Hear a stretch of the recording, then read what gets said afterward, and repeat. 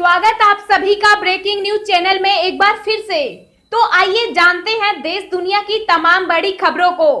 पर उससे पहले आपसे निवेदन है कि आप इस वीडियो को लाइक कर दें, शेयर कर दें ताकि हमारा हौसला बढ़ता रहे। देश में कोरोना संक्रमित मरीजों का आंकड़ा 71,86,368 के पार। अब तक 1,09,974 की मौत। जी हां, देश और दुनिया में कोरोना के केस लगातार बढ़ते जा रहे हैं।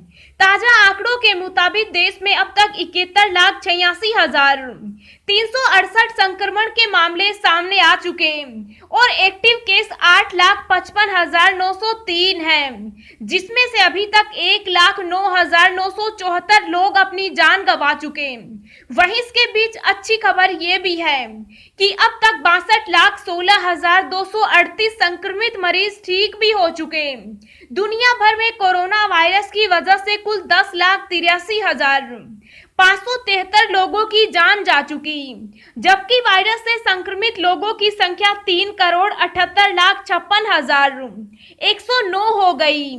इनमें एक्टिव केस 83,52,400 हैं और खुशी की बात यह है कि अब तक 2,84,35,836 लोग ठीक हो चुके।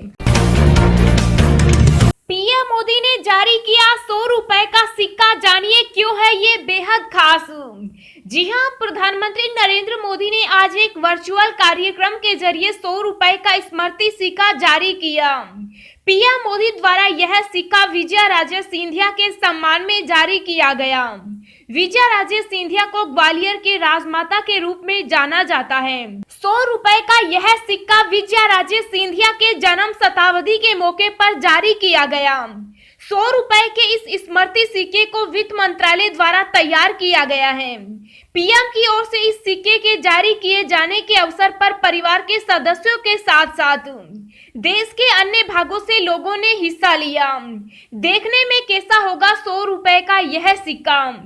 वित्त मंत्रालय की तरफ से जारी किए गए 100 रुपए के इस सिक्के के दोनों तरफ को खास तौर से डिजाइन किया गया है। इस सिक्के के एक तरफ राजमाता विजयाराजे सिंधिया की तस्वीर है। इसी तरफ ऊपरी हिस्से में हिंदी में श्रीमती विजयाराजे सिंधिया की जन्म शताब्दी लिखा है। नीचे की ओर से यह अंग्रेजी में लिखा हुआ है।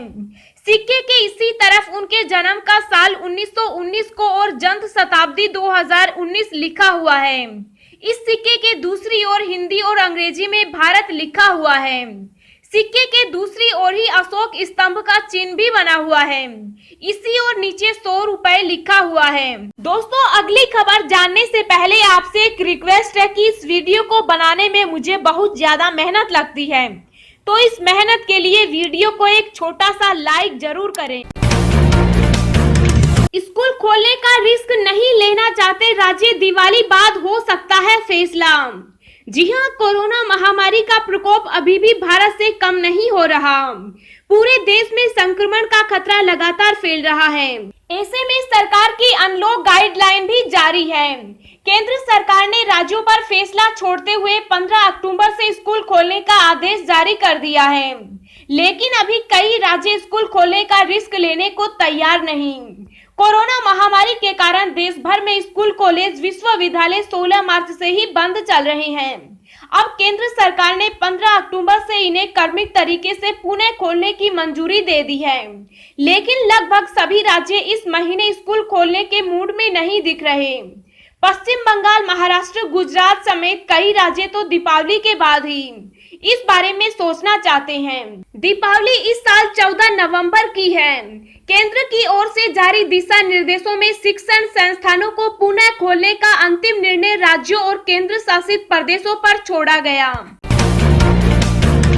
रेलवे में बड़ा बदलाव, हाई स्पीड ट्रेन में होंगे सिर्फ एसी कोच, मेल और एक्सप्रेस ट्रेन से हटेंगे स्लीपर। जी हां, कोरोना महामारी के बाद रेल यात्रा का अंदाज पूरी तरह से बदल गया। रेलवे जानती है कि इस समय नए प्रयोग करने बेहद जरूरी है, क्योंकि पिछले कुछ समय से रेलवे डिमांड एंड सप्लाई के फॉर्मूले पर काम कर रही है। इसी दिशा में रेलवे ने एक और बड़ा कदम उठाते हुए यह तय किया है कि लंबी दूरी की मेल और एक्सप्रेस ट्रेनों से स्लीपर कोच पूरी तरह खत्म कर दिए जाएंगे, यानी इन ट्रेनों में सिर्फ एसी बोगियां रहेगी। आने वाले दिनों में स्लीपर कोच केवल पैसेंजर और धीमी गति की ट्रेनों में ही नजर आएंगे। हालांकि अभी ये सभी ट्रेनों में एक साथ नहीं किया जाएगा। इस समय अधिकतर मेल और एक्सप्रेस ट्रेनों की अधिकतम स्पीड 110 किलोमीटर प्रति घंटा है। दशहरा दिवाली से पहले सरकारी कर्मचारियों को तोहफा बिना ब्याज के एडवांस में ले सकेंगे 10,000 रुपए। जी हां, वित्त मंत्री ने देश की अर्थव्यवस्था को पटरी पर लाने के लिए डिमांड बढ़ाने का प्रस्ताव पेश किया।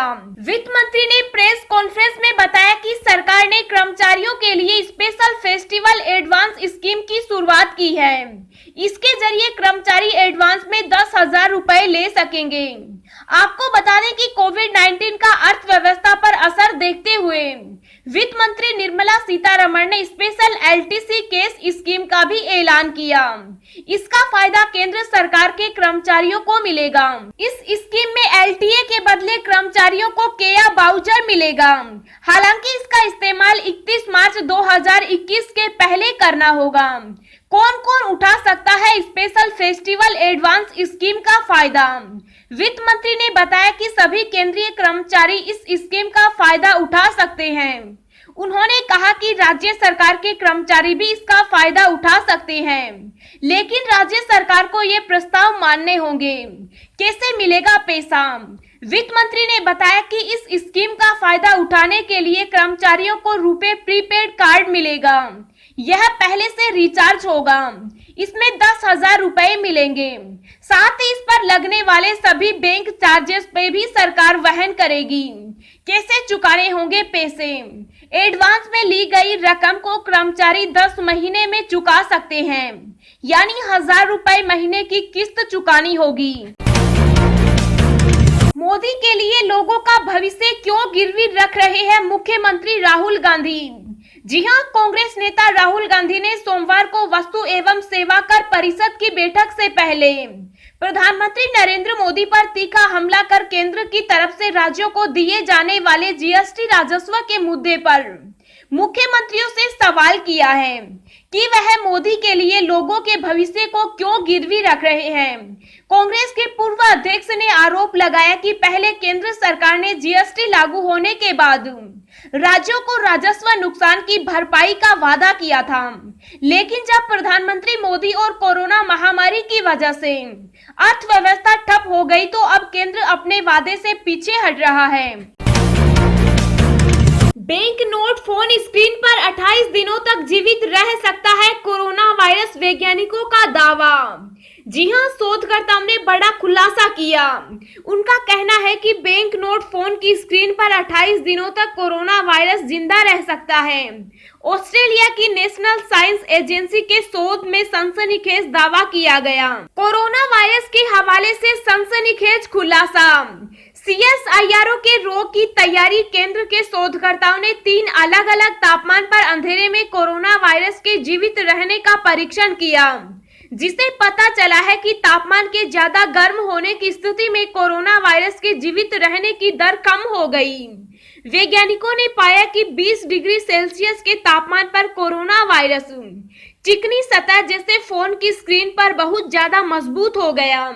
उन्होंने बताया कि glass, steel, plastic bank note पर कोरोना वायरस 28 दिनों तक जीवित रह सकता है। इसके अलावा 30 डिग्री सेल्सियस पर उसका जिंदा रहने का समय घटकर 7 दिन हो गया, जबकि 40 डिग्री सेल्सियस पर कोरोना वायरस मात्र 24 घंटे तक जीवित रह सका।